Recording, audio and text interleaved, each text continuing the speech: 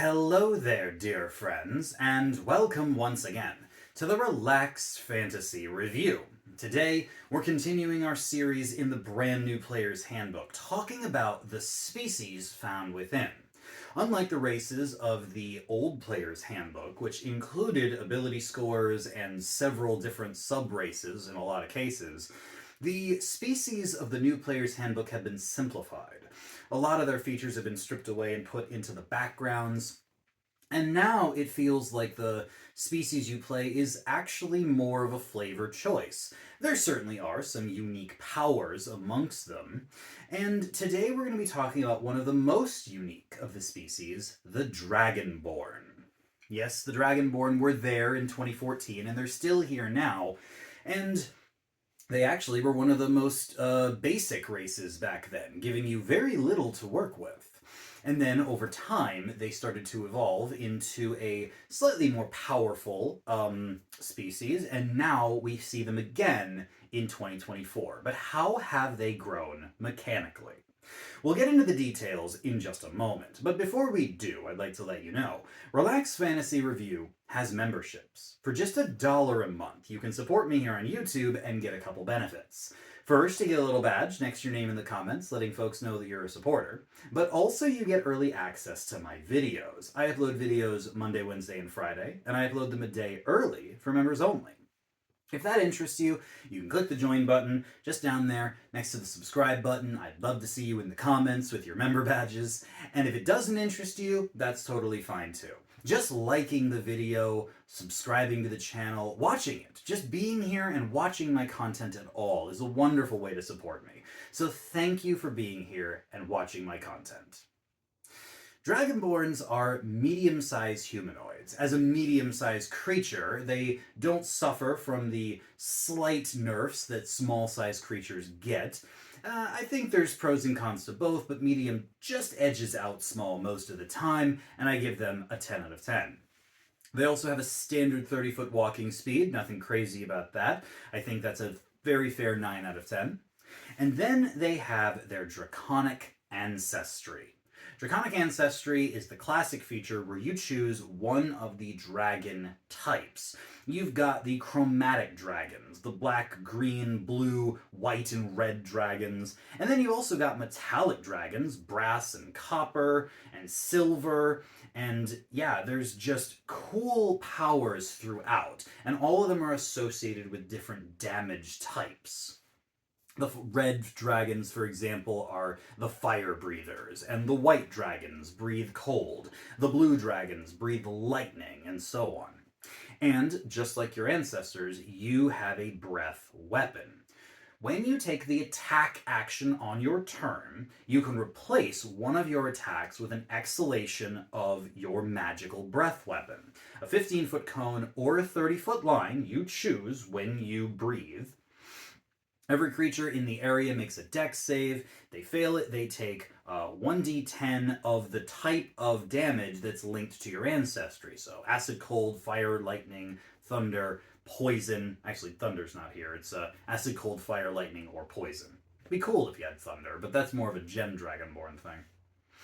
And you can do this a number of times per day, equal to your proficiency bonus. So you're allowed, if you're swapping out an attack for this, you can do this a few times. And actually, as you level up, the damage levels up with you. It scales like cantrips do at levels 5, 11, and 17. And I think that's actually really, really powerful. And it's okay for martial classes who get extra attack, allowing them to swap their attacks. And it doesn't take any extra actions. It's just swapping an attack out.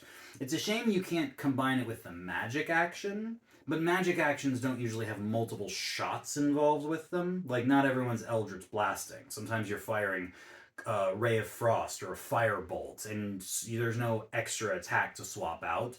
So for magic users, this is just your action. That's a bit of a shame. It'd be nice if there was like a way to mix it with the magic action.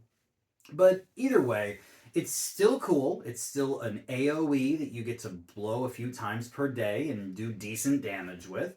And yeah, you get to pick the elemental type when you make your character. So I'm going to say 8 out of 10 for the breath weapon. It's not the most powerful thing, but the fact that you're just getting it for free with an attack, I think is solid.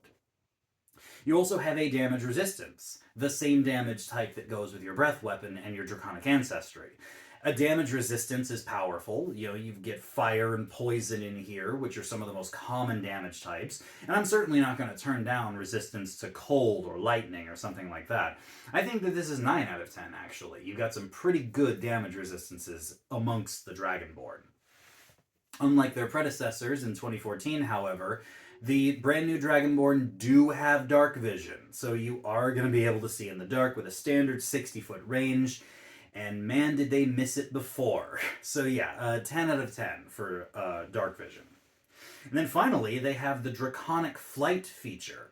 Draconic Flight states that when you are level 5, so this isn't something you can do in the early game, you got to get to the mid game for this. You can use a bonus action to grant yourself temporary wings. The wings look like the elemental energy that you exhale with your breath weapon.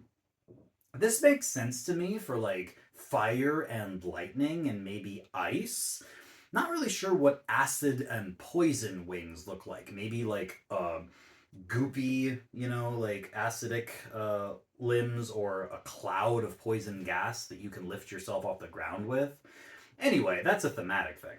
The point is that they give you a flying speed equal to your walking speed for 10 minutes, no concentration required, and it only takes a bonus action to do, so it doesn't interrupt action economy, and 10 minutes is long enough to use it outside of combat as well.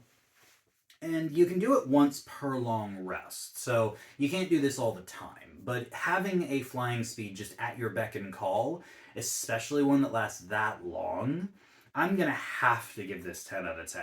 Like, yes, there are races that can just fly infinitely, but they're trying to kind of edge away from those in some of the newer content and really lean into, like, you can fly sometimes. And the Dragonborn are one of the best flyers in the brand new player's handbook.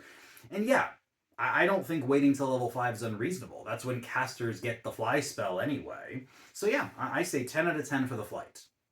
And overall, we are high level 9 out of 10 here. We are just squeaking below 10 out of 10. I think if the breath weapon was a little bit better, like it wasn't limited, or you could do it as a magic, or if it did more damage or something like that, you'd definitely be dealing with a 10 out of 10 race here. The breath weapon holds it back just a smidge, but I'm still not complaining about it. It's just not perfect. It needs 1 or 2 more things to send it over the edge, and an improved breath weapon would do that. All in all, though, Dragonborn, high marks. You've got dark vision, you've got some flight, you've got a good amount of damage resistance, and a cool thing you can do. Yeah, I think 9 out of 10. Very happy with this.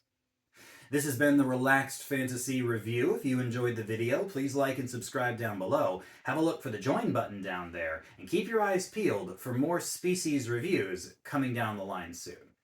Have a good one, my friends.